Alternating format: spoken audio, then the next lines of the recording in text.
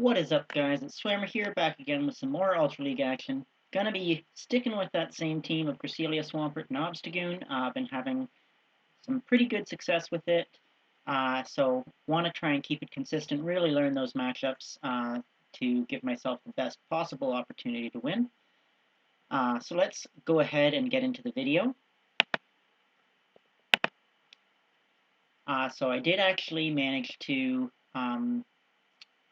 do reasonably well, and I've crept back up above 2,500 on the rating now, so managed to fight back after having that rough day, but still a long ways to go to rank 10. Not sure if I'm going to be able to make it this season, but we'll keep our fingers crossed. So here we catch a Togekiss on the lead, which is pretty good for me. It's pretty essential, actually, that I catch the Togekiss so that I know where it is, because it does give us some problems in the back. So they swap out perfectly on the charge move. Nice swap by them. So we drop the Moonblast and then come into Obstagoon. Not going to shield. It could be superpower, but most Snorlax aren't carrying it. However, it is superpower, so that does a ton of damage. However, we're now going to be able to farm all the way down with counter, invest one shield, and have a ton of loaded energy. So we have tons of energy, going to go straight for the Gunk Shot, expecting it to be the Togekiss that comes back in, and it is. If they had gotten one Charm off, I might not have been able to get it off, so needed to go for that blind, and we connect with the Gunk Shot, which does tons of damage. Going to be able to farm down with Swampert, actually, to have loaded energy on that Swampert, and then we're going for the Hydro Cannon bait. They've got 2 shields and 1 Pokemon left, so I was really expecting them to shield. However, they do not. This is really, really amazing discipline on their part. We are not going to shield. It is a Shadow Sneak, so that's actually pretty good for us. And again, I'm going to go for another bait. We've got that Earthquake, but we need to strip those shields, and they, again, don't call it. So that's really, really gutsy play on their part. Going to go now for double Moonblast. They are going to have to start shielding at some point. I'm going to drop my shield on the Shadow Sneak here. With a bit of luck, we'll get the debuff on one of these, but they're definitely going to start shielding now. Yeah, there comes the first shield. Should be getting to this second Moonblast right before they get to that Shadow Sneak. Yeah, here comes the second shield, I'm guessing. Yeah, there's the second shield, and we do get the debuff. This Shadow Sneak isn't going to be taking us out, especially because it's debuffed. We're going to be able to get to another Moonblast. I think they might have even had a Dragon Claw there. They probably should have dropped the Dragon Claw if they had it, but we're going for a Moonblast now, and this is going to be taking out the Giratina. Really, really close match. They were super gutsy with not shielding when I had the Earthquake there, but really very good credit to them to hold their shields, call my bluff, and that definitely made that match a lot closer. So here we catch a Giratina Origin on the lead. This isn't a very good matchup for Cresselia, so we're going to go into Obstagoon, and it is a Registeel coming in. So going for the Night Slash here. If we're lucky, we will be able to get the boost. And this Registeel is probably just going to be going straight for Focus Blast. They might try and bait with Flash Cannon, since Obstagoon will usually have to shield.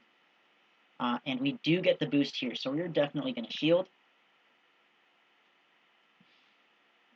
And then we're going to farm up a little bit of extra energy, and then try and CMP tie them with the Night Slash, hoping to force a shield.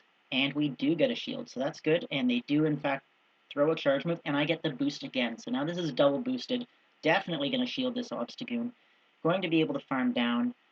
Going to be able to really take out this, put a hurt on this Cresselia. They're going to take half their health from one Night Slash. Going to be able to get to a second Night Slash when they get to the Moonblast here. So Moonblast is going to hurt, but not enough to really cause me any problems. So this is going to get the shield on the Cresselia here, and we're going to be able to beat them to another charge move. So Night Slash is going to take them out, and then we'll see the Giratina coming back in, and this is likely just going to be a Shadow Ball, probably not even enough to take us out. It is just a Shadow Ball. that is how much Obstagoon resists those ghost types. This Night Slash is going to do huge damage. Almost all of its health. I do swap into Cresselia here. I think I actually could have countered down, but I didn't want them to have the opportunity to farm me down, and I knew that I could Psycho Cut them down there. So, good match there, but the double boost really makes it so there's almost no counterplay. If Obstagoon gets boosted twice, it's basically impossible to come back from that. So, tough luck for my opponent there, but that is what happens sometimes. So here I end up in the Cresselia mirror matchup, going for this Moonblast. And I win CMP there, so that's pretty good for me. That means I should be able to stay ahead in this match, especially since I get the debuff on them there. So hopefully I don't get the debuff, but even if I did, I would have had one Moonblast undebuffed, where they would have had none, so I would have still been ahead. So again, winning CMP here. So this is really good for me. Looking, I've really got control of this matchup at this point. And this is the Ultra League. It's pretty boring. Going for these Moonblasts. At the end of the video, I'm going to talk a little bit about all the moves like Night Slash, Moonblast, Ancient Power that have the chance to debuff, because they're a really big part of the Ultra League meta right now, and I don't think they're actually particularly good for the game, so we'll get into that. They do swap in their Obstagoon here. This Night Slash is not going to take me out, but I'm going to be able to get to a Moonblast on them, but then they got the boost, so I'm going to have to swap into Swampert and try and get them out of there as quickly as I can. They are getting a charge move off here. Going to go ahead and shield because they are boosted. It's going to deal quite a lot of damage. Going for the Hydro Cannon now. I overcharged there to make it harder for them to track my energy. So getting to a second Hydro Cannon now. And we do get the second shield, so we're going to invest our second shield as well. We're going to be able to get to another Hydro Cannon before they can get to another charge move to take them out. And fortunately, they did not get a second boost on any of their Night Slashes. So this is going to take out the Obstagoon, and then we just have to hope that what they have in the back we can take care of. So Swampert's going to get to a Hydro Cannon on this Cresselia to take it out, and we'll have to see what they have in the back. It is a Charizard, so that's really good for us. Going to be able to get to a Hydro Cannon, and then we're going to swap out and counter down with Obstagoon. So it gets them very low, then Obstagoon comes in. Doesn't really matter what this is, we're going to be able to survive it. It is a Blast Burn, totally fine, and counter is able to take them out. So good matchup there. Started with me getting a debuff on their Cresselia to get an advantage, then their Obstagoon came in and got boosted with a Night Slash to regain that advantage, so sort of a bit of a back and forth match there. Alright, so this set is going pretty well so far, 3-0 I think. Is that 3 games? I think that's 3 games. So looking good so far. Here we're catching a Machamp on the lead. So this is really good for us, but I'm expecting them to swap out, and we are going to swap straight away into Obstagoon because Obstagoon is going to have a terrible matchup against that Machamp. So just going to go for Night Slashes here as quick as we can, hoping for that boost, but we should win this matchup without it because it is a Shadow Claw variant of Giratina, and we are triple resisting those Shadow Claws, so they're doing almost no damage. Dragon Claw is doing neutral damage, but not a lot, and these Night Slashes are definitely going to start adding up. Going for the Night Slash. The switch timer is coming back up, so I'm actually expecting him to switch back into Machamp fairly soon. Switch timer's back up, and he swaps, so I swap back into Cresselia. However, he makes a great play and swaps into Alolan Muck. I really thought it was going to be Machamp, because you know, even 2 counters on Obstagoon would have done a ton of damage since it's doubly super effective. But they bring in their Alolan Muck, and blind swapping into Cresselia definitely might cost me in this matchup, because if I'd been able to get this Muck against Swampert, that would have been really, really good for me, but Now it's against Cresselia, and that is not so good for me. However, we are able to get to 3 Moonblasts. We overfarmed a little bit on one to throw them off the count, and we get 2 attack debuffs on them. So that might swing the matchup back in our favor. Going to be able to come in with Swampert here and potentially farm down. Not going to shield because this is a debuffed Dark Pulse, so it shouldn't do too much. Yeah, only dealing about a third of our health. And then it's Machamp coming back in. We are going to have to shield this cross shot. And then going for this Hydro Cannon, they are likely going to shield here. Yeah, they do throw up the shield. And then I think I make a mistake here. I think it would have been better if I'd gone for the Earthquake, actually. But going for the Hydro Cannon, this is going to get them low. However, we sack swap the Obstagoon here to absorb the cross shot. But we're not going to be able to get to another charge move on this Machamp. So really great play by my opponent, bringing in the Alolan Muck, and then I blind swapped back into Cresselia, thinking it was the Machamp, but given that it was the Muck, that was basically GG. That is the sort of double-edged sword of blind swapping. You don't get behind on energy so much, but you are vulnerable to your opponent misdirecting you, basically. So here we catch a Swampert on the lead, going for the Moonblast. They're able to get to an Earthquake right before, so totally fine. Moonblast coming through. This is hopefully going to get a shield, and it does get a shield, so that's pretty good for us. Going for another Moonblast now. They're going to get a Hydro Cannon off. That's totally fine. We're going to be able to survive this Hydro Cannon. Get to another Moonblast here.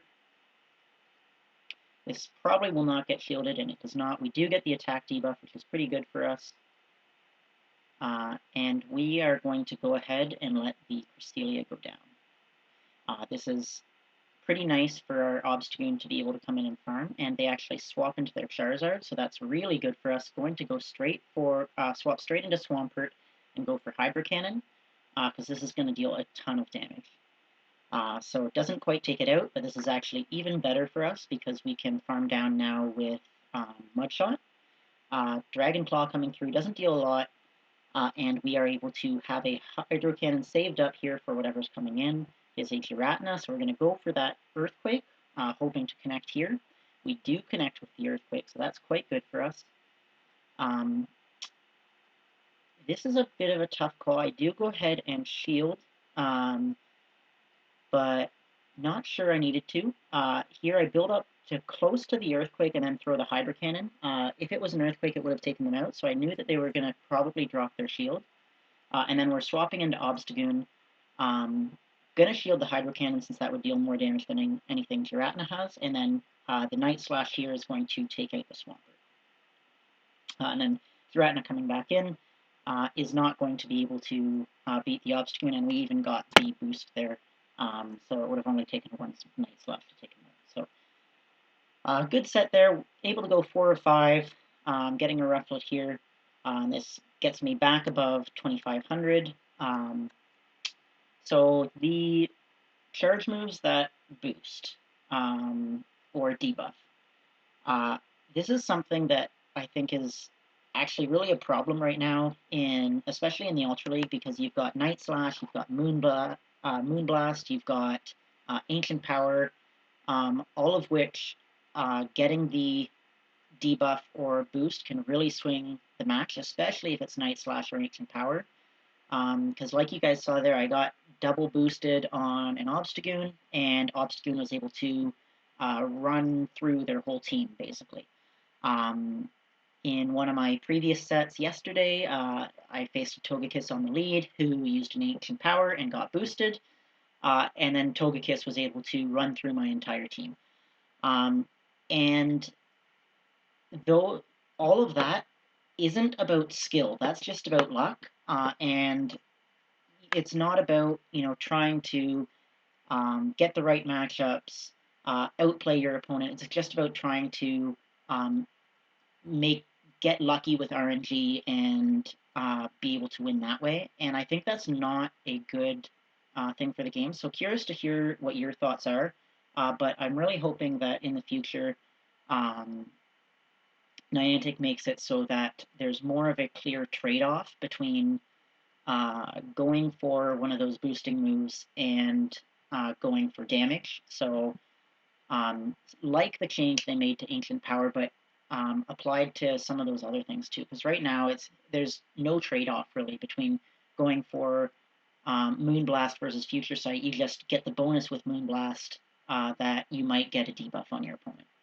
And Night Slash, already a really great move, 35 energy, 50 damage. That's the same as Dragon Claw, which is another great move. But you get this extra chance where, okay, if you this 12.5 percent chance where you might get a huge boost and then be able to run through their entire team. So yeah, really curious to hear your guys' thoughts. Hoping that in the future we see more of a trade-off with moves like this, so that it's not just so RNG dependent within the meta. But yeah, thank you guys so much for watching, and I hope to see you guys next time.